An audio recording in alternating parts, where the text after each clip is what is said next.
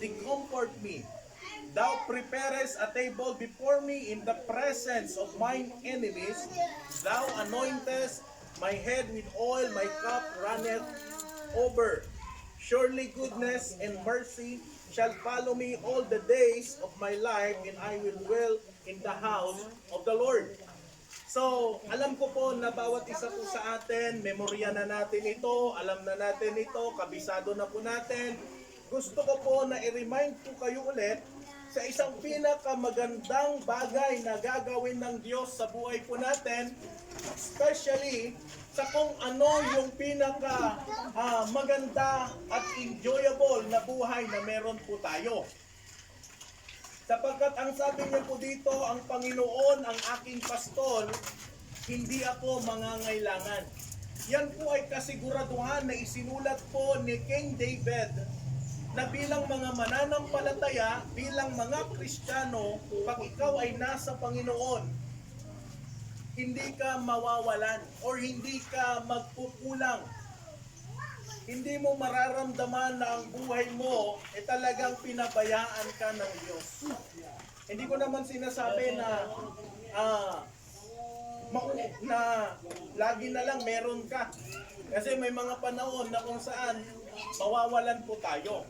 Pero yung kasiguruhan po dito na nais ipakita ng Panginoon sa atin na siya bilang isang pastol or bilang isang Diyos, nandun yung kasiguraduhan na kaya kanyang buhayin.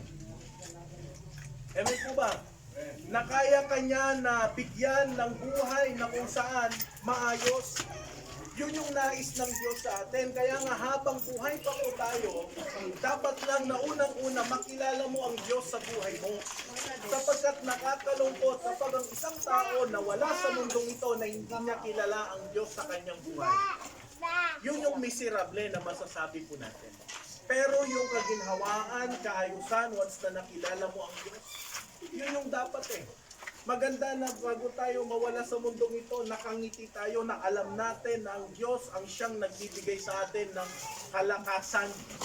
Alam natin na ang Diyos ang siyang nagtumutulong sa buhay po natin. At anong sabi niya? The Lord is my shepherd, I shall not want. He maketh me to lie down. Pag ikaw nag-aalaga ka, siyempre, no, sikakat agpaspastor ka tinuang, di pang ipaspasturam, ijay, nalang to. Inya, nakaruutan. Ibig sabihin, hindi mo siya ilalagay doon sa walang damo at hindi mo siya ilalagay doon sa walang tubig. Ang gusto mo doon siya sa masagana at alam mo na nandun siya sa may mga tubigan. At anong sabi niya dito? Kanyang ipinapahiga mo sa sariwang pastulan, pinapatnubayan niya ako sa siping ng mga tubig ng pahingahan. So ang nais po na ipakita ng Diyos sa atin, once na nasa Panginoon ka, gusto niya ma-enjoy mo yung buhay na ang Diyos mismo ang tumutulong sa iyo. Kaysa naman yung hanggang sa kahuli-hulian ng buhay mo, hindi mo pa rin kilala ang Panginoon, wala din. Amen po ba? May mga paghihirap man tayo, tagdurusa man tayo dito, hindi tayo hinahayaan ng Panginoon. Ano ba? He restoreth my soul, He leadeth me in the paths of righteousness. Pinapatnubayan. Ako, sa landas ng katwiran, alang-alang sa kanyang pangalan. So, andun yung guidance ng Diyos sa buhay po natin. Saan man tayo mapunta, ayaw ng Diyos na mawala yung buhay mo. Ayaw ng Diyos na mawala yung buhay mo at malayo sa Panginoon. Kundi ang nais ng Diyos na yung buhay mo, once na nakilala mo ang Diyos sa buhay mo, nandun yung kasaganaan. Nandun yung kaayusan. Nandun yung katahimikan ng buhay. Na kahit sa dami ng ating pong nararanasan dito sa mundo ito, nararamdaman mo pa rin ang Diyos sa buhay mo na meron ka. And then, though I walk through the valley of the shadow of death, I will fear no evil. For thou art with me, thy rod of thy staff, they comfort me. Kahit na lumakad ka sa kadiliman, hindi ka pababayaan ng Panginoon. It means yung protection. Maliban doon sa provision ng Panginoon, nandun yung protection ng Diyos sa buhay mo. Di ka ba nagtataka hanggang ngayon, buhay pa tayo? Na meron naman, pwede naman tayong natulog, pero hindi na nagising yung iba sa atin. Pero bakit buhay ka pa rin? Kasi iniingatan ka niya. Kahit saan ka mapunta, iniingatan ka niya. Kaya nga dapat bago tayo pagka-uwi mo, galing trabaho, magpasalamat ka sa Panginoon na tayong iniingatan tayo ng Diyos. Kahit saan ka pumunta, pagdating mo ng hapon, buhay ka pa rin. Buhay pa rin tayo. Lalong-lalo na po kami, nagbabiyahe po kami. Pero hindi po biro ang lahat ng bagay. So, yea, though I walk through the valley of the shadow of death, I will fear no evil. Siguro sa pagiging tao, may takot pa rin. Pero pag may Diyos ka, bahala ang Diyos sa'yo. Iingatan ka ng Panginoon, pinuproteksyonan ka ng Diyos. Thy rod and thy staff, they comfort me. Nabanggit ko, pag ikaw ay anak ng Diyos, mararanasan mo yung palo ng Panginoon. Pero hindi po yun bad news pag pinalo ka. Nangangahulugan lamang yun na ikaw ay anak ng Panginoon. Now, pag anak ka ng Diyos, didisiplinahin ka niya. Pag hindi ka niya anak, walang pakialam sa iyo. Ganun ang Diyos eh. Sa mga magulang, ikaw ba papaluin mo yung anak mo, yung hindi mo anak? Hindi. Kasi hindi mo nga anak eh. Pero pag anak ka niya, didisiplinahin ka niya. Kaya once ng isang tao, anak ng Diyos, nagkasala sa Panginoon, may palo yan.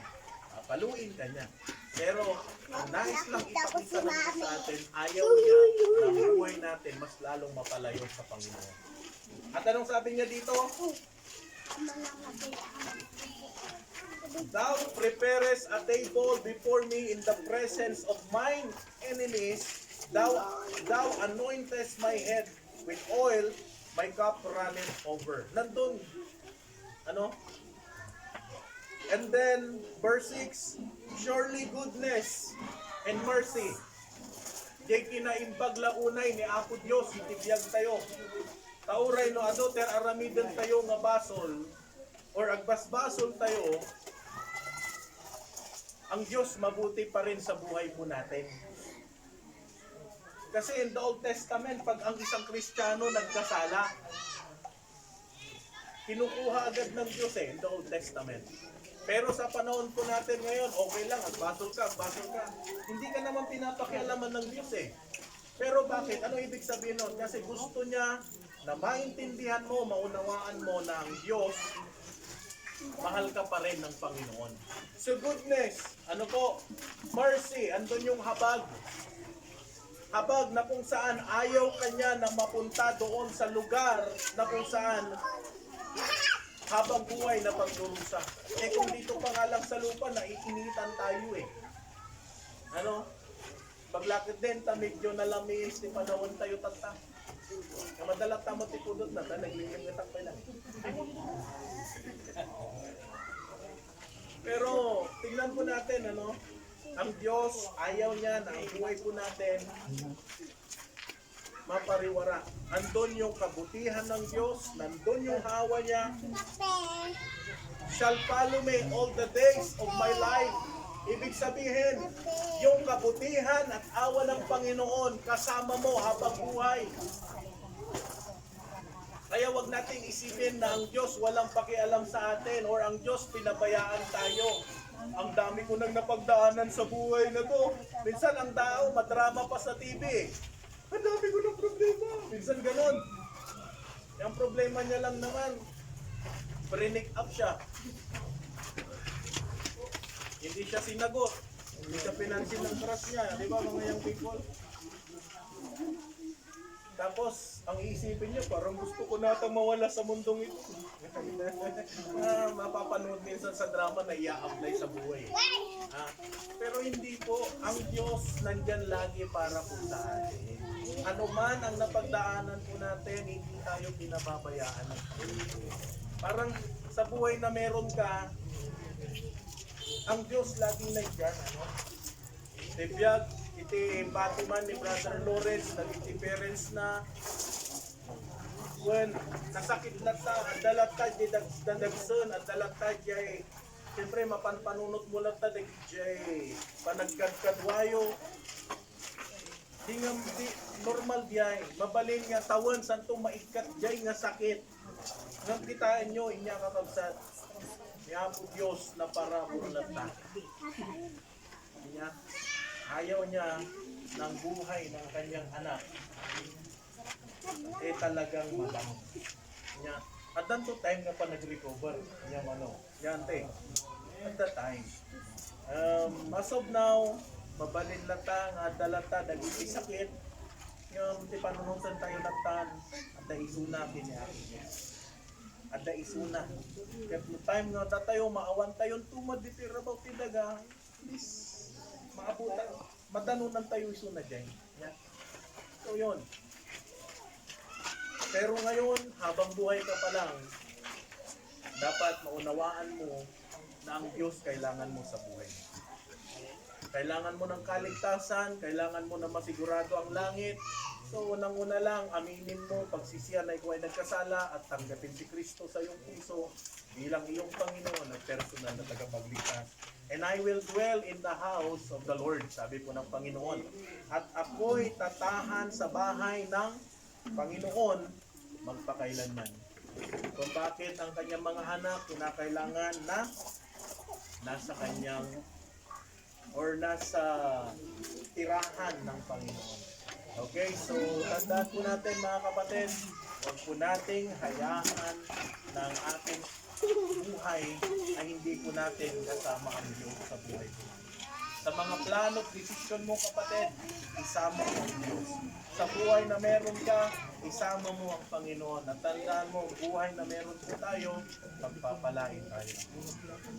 Okay, so salamat po sa bawat isa. At tayo po ay mananalangin. Halip po kayo. Tayo po ay tumayo. Pagpipray lamang po natin ito sila. Anong mga magulang ni Brother Lawrence. Sige.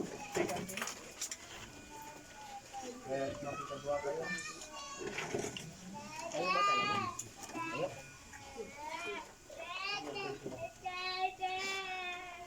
Sige. Yan. Dito yung kararagan nyo yung karanuanan. Huwag tayo matatintayan na niya. Yung kararagan tayo, di comfort lang tayo kung galmay tayo.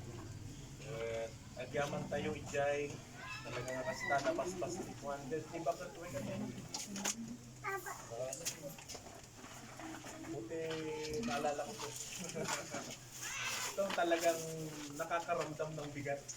Kaya talagang hindi natin bigyan ngayon kung tablang mo na. Talagang mahirap. Kahit sino namang pamilya, mabigat talaga. Okay, salamat pa rin.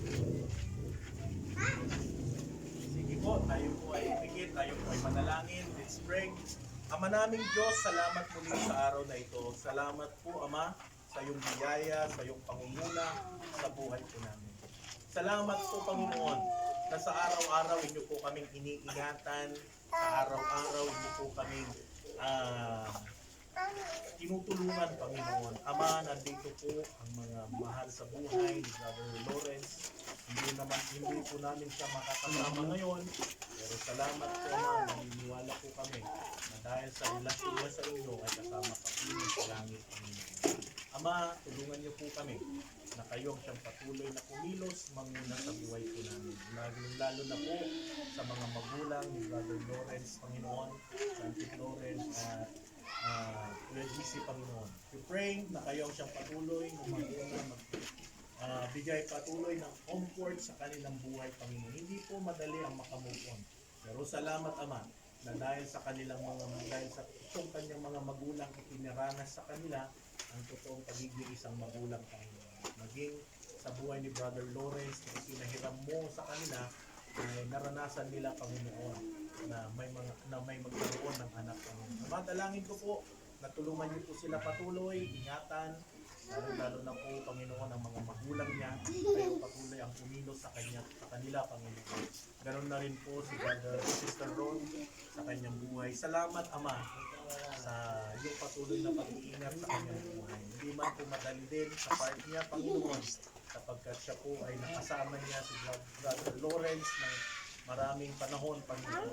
Dalangin ko po na tulungan niyo po ang kapatid nito na makamukod din sa tamang panahon, Panginoon. At makita lagi ang kalooban niyo para sa kanyang buhay. Dalangin po namin, Panginoon, na tulungan niyo po siya, lumayan, at dalangin po namin, Panginoon, na kayong sa patuloy na umula sa kanyang buhay. Dalangin ko po na sa kanilang mga kanyang mga naiwan dito ay patuloy niyo po, Panginoon, na parala sa mga pagkikuhan sa Panginoon. Sa aming Panginoon. Magyan kanyang mga anak, Panginoon, ng mga naulihan na kasama po namin ngayon, tulungan niyo po sila, mga kaibigan, at maging mga klase, Panginoon, tulungan naman po kayo ang pagpatuloy. Salamat po ng marami, Panginoon. Tulungan na po napakabutin niyo. Tulungan po kayo ang Diyos na mapagpala sa buhay ng Panginoon. Tulungan po kayo ang Diyos na mapagpala. Salamat po sa mga kapatiran din na kasama po namin ngayon ang oras na nagbibigay po. Tulungan po napakabutin mo. Ito po ang sabot sa langit sa matamis na pangalan ng aming Panginoon. Sa kami sa langit at sa sabi ng Amen. Okay, so yon, salamat sa lahat.